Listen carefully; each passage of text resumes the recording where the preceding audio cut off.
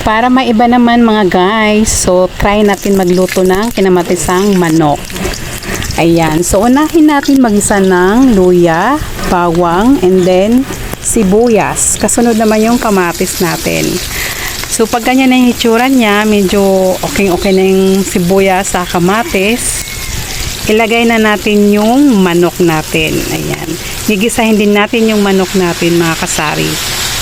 Pagkatapos naman magisa, after 5 minutes na tinakpan ko yan, is lagyan na natin ng bawang. Ay, hindi pala bawang mga kasari, ano pala, paminta. And then lagyan mo rin ng patis. Pagkatapos nun, lagyan mo na ng tubig.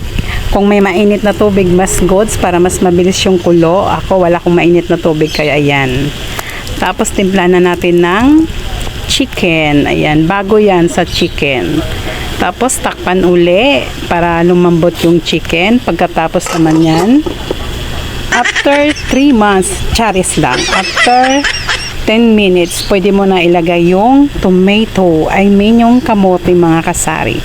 Masarap yan. Tinry ko lang lagay yung kamote dahil yun yung available dito sa akin. So kung wala namang kamote, pwede naman sigurong saging, patatas, ayan. So pag medyo malambot na yung kamote, ilagay na natin yung beans. Ayan. So yan lang yung beans ko dito, kaya cute lang siya para may kulay. Pagkatapos naman yan, ilagay na natin yung repolyo. Ayan, ang ganda ng kulay niya, no?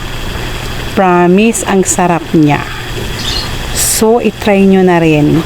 Pagkatapos ng mga 3 minutes na, yan na yung itsura niya. Kita nyo naman. Ang sarap. So, pag ganyan na yan, pwede na natin yan kainin, ihain. So, let's go na. Kain na tayo. Bye-bye!